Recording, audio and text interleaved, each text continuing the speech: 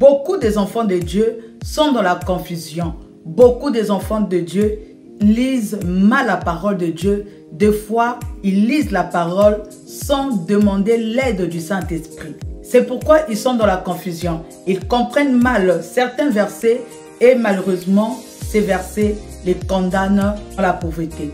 Aujourd'hui, nous allons expliquer ces 3 versets qui sont mal compris par rapport à la richesse et qui condamnent beaucoup de gens à la pauvreté sans le savoir. C'est pourquoi, suis cette vidéo jusqu'à la fin, tu seras édifié. Shalom, shalom peuple de Dieu, je suis la servante de Dieu Lydie Mombata Mupenda. Que Dieu vous bénisse abondamment. Aujourd'hui, nous allons parler de 3 versets qui sont mal compris, mal interprétés par la plupart des enfants de Dieu et qui malheureusement les condamnent à la pauvreté. Alors, si tu n'es pas encore abonné, abonne-toi parce que sur cette chaîne, nous parlons des affaires, nous parlons des business, nous parlons des mindset, nous parlons de tout ce qui peut t'aider à devenir un entrepreneur chrétien à succès. Aujourd'hui, nous allons aborder quelques versets bibliques qui sont généralement mal compris et les gens croient que Dieu est contre la richesse. Bien-aimés, vous devez savoir que Dieu n'a jamais été contre la richesse. Les hommes qui ont marché avec Dieu, Dieu les avait bénis. Joseph était un homme béni, Isaac était un homme béni, Abraham était un homme béni, les apôtres étaient des hommes bénis parce que la parole de Dieu déclare qu'il n'y avait aucun indigent parmi eux. Le roi Salomon, Dieu l'avait béni malgré qu'il n'avait pas demandé la richesse, mais Dieu est venu lui donner la richesse. Pour dire que Dieu n'a jamais été contre la richesse. Alors, nous allons lire 3 versets aujourd'hui qui vont nous aider à voir clair par rapport aux finances. Le premier verset se trouve dans 1 Timothée 6, versets 9 à 11. La parole de Dieu nous dit ceci. Mais ceux qui veulent s'enrichir tombent dans la tentation, dans le piège et dans beaucoup de désirs insensés et pernicieux, qui plongent les hommes dans la ruine et la perdition. Car l'amour de l'argent est une racine de tous les maux, et quelques-uns, en étant possédés, se sont égarés loin de la foi, et se sont jetés eux-mêmes dans bien de tourments. Pour toi, homme de Dieu, fuis ces choses, et recherche la justice, la piété, la foi, la charité, la patience et la douceur. Ce verset est beaucoup mal compris par beaucoup des enfants de Dieu. Et ils croient que Dieu a un problème avec l'argent. Dieu n'a jamais eu de problème avec l'argent.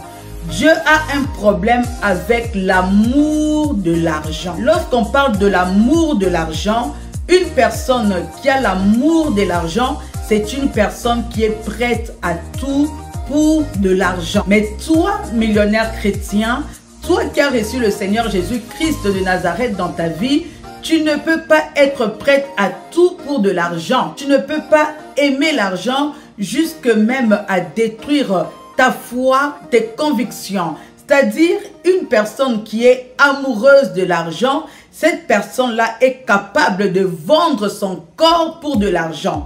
Une personne qui est amoureuse de l'argent est capable même de détruire son foyer à cause de l'argent. C'est-à-dire, tu veux peut-être qu'on puisse te donner les bénéfices du gouvernement. Qu'est-ce que tu fais? Tu vas même mentir pour avoir l'argent. Tu mens que tu es une femme seule.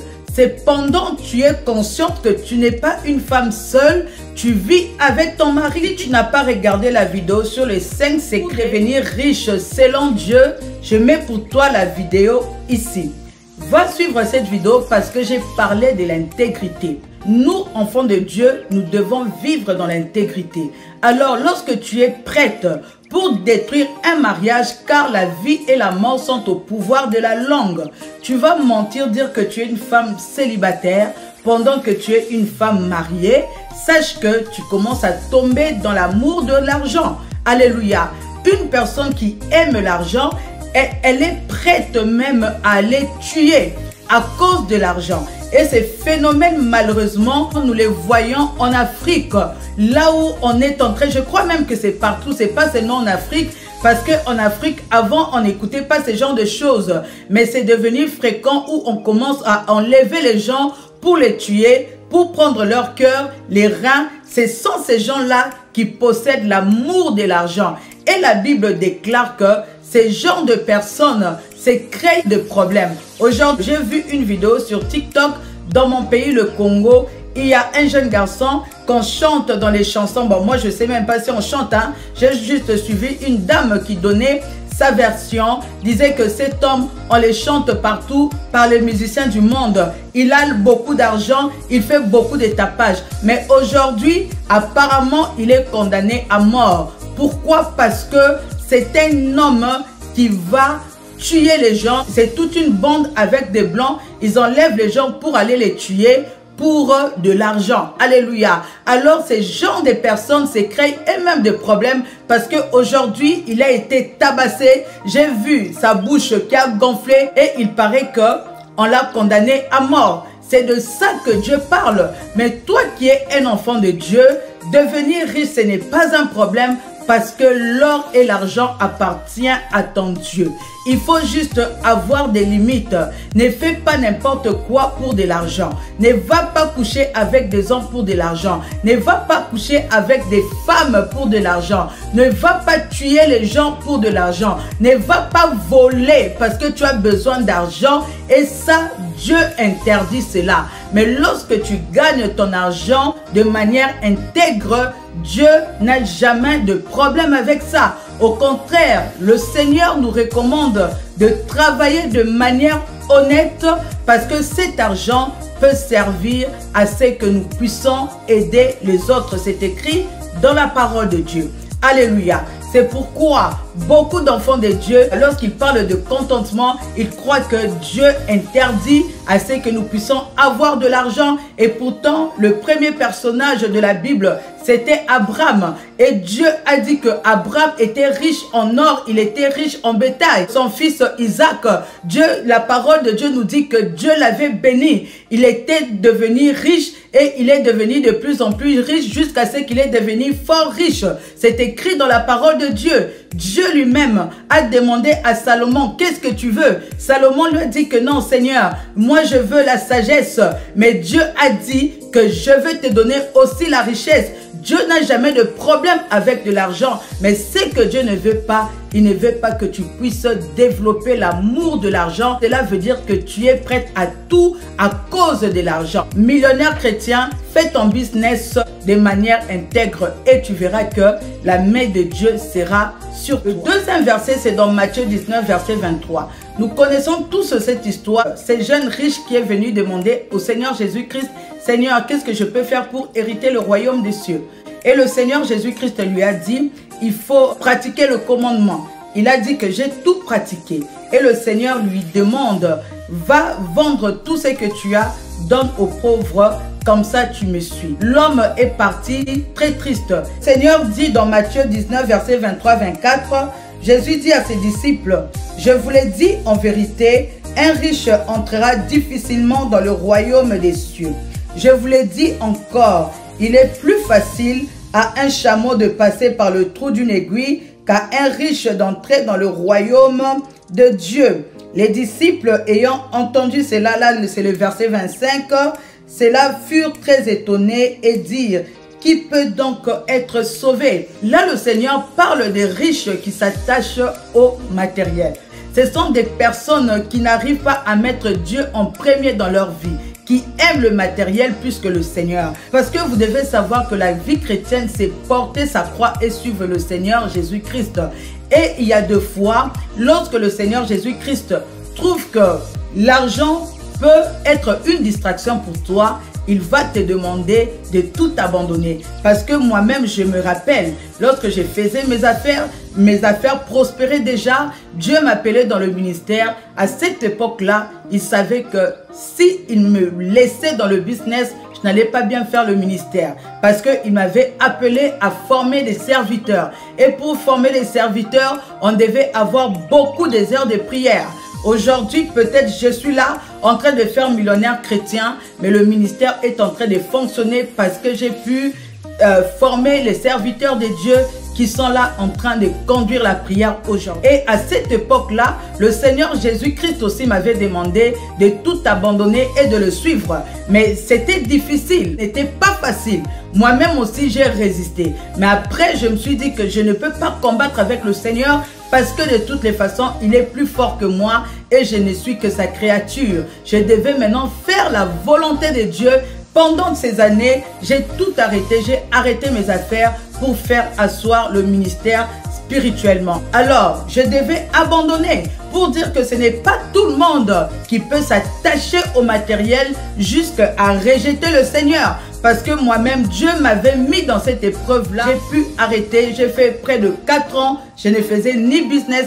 Je ne partais même pas au travail. Rien du tout. J'étais à la maison juste pour prier et pour jeûner. Et aujourd'hui, avec l'expérience que j'ai, parce que avant je me disais que je veux devenir millionnaire. Avant, c'était pour moi. Mais aujourd'hui, la motivation a tellement changé que j'ai envie d'avoir beaucoup d'argent, mais pour le ministère. J'ai envie d'avoir beaucoup d'argent pour gagner les âmes. J'ai envie d'avoir beaucoup d'argent pour faire beaucoup de choses pour le Seigneur, pour que le royaume des cieux puisse fonctionner. Parce que je veux être utile financièrement dans le royaume des cieux. Et toi aussi qui es en train de me suivre, le futur millionnaire chrétien, il faut avoir cet objectif-là. Il ne faut pas t'attacher à l'argent, mais attache-toi au Seigneur. Parce que c'est le Seigneur qui te donnera la force d'acquérir l'argent. Donc lorsque tu fais tes affaires, il ne faut pas trop t'attacher parce que à n'importe quel moment, le Seigneur peut te demander de tout abandonner. Et lorsque Dieu te demande de tout abandonner pour le suivre, il faut l'obéir. Alléluia. Mais ces versets ne veulent pas dire tous les riches iront en enfer ou soit tous les riches n'entreront pas dans le royaume des cieux. Non, il y a des chrétiens qui craignent le Seigneur mais que Dieu a béni financièrement. Parce que le Seigneur Jésus-Christ lui-même, il a payé le prix pour ça. Et aujourd'hui, c'est notre droit de vivre dans la prospérité parce que notre Seigneur, il était mort à la croix. Il est devenu pauvre de riche qu'il était. Il s'est fait pauvre pour que nous soyons enrichis. Le troisième verset qui est mal compris par certains chrétiens et qui les maintient dans la pauvreté, c'est dans Jean 6, verset 27. La parole de Dieu nous dit ceci: travaillez non pas pour la nourriture qui périt, mais pour celle qui subsiste pour la vie éternelle, et que le Fils de l'homme vous donnera, car c'est lui que le Père, que Dieu a marqué dans son sceau. La parole de Dieu nous demande de ne pas travailler pour la nourriture qui périt, mais nous devons travailler pour la nourriture qui subsiste éternellement. Cela ne veut pas dire de ne pas travailler, parce que même le Seigneur sait que nous devons travailler pour payer nos factures. Même les serviteurs de Dieu, les servants de Dieu, nous travaillons parce que nous devons payer les factures. Nous devons nous nourrir. Les enfants doivent aller à l'école. Alléluia. Tu vas peut-être étudier. Donc, tu as besoin de travailler. Mais sauf qu'il ne faut pas mettre le travail en première position. D'où, moi je trouve même que c'est très important pour nous les chrétiens de vouloir créer nos propres entreprises. Parce que lorsque tu as tes propres entreprises, tu pourras gérer le temps comme tu le veux. Tu pourras avoir le temps pour le Seigneur. Tu pourras avoir le temps, surtout si l'entreprise grandit.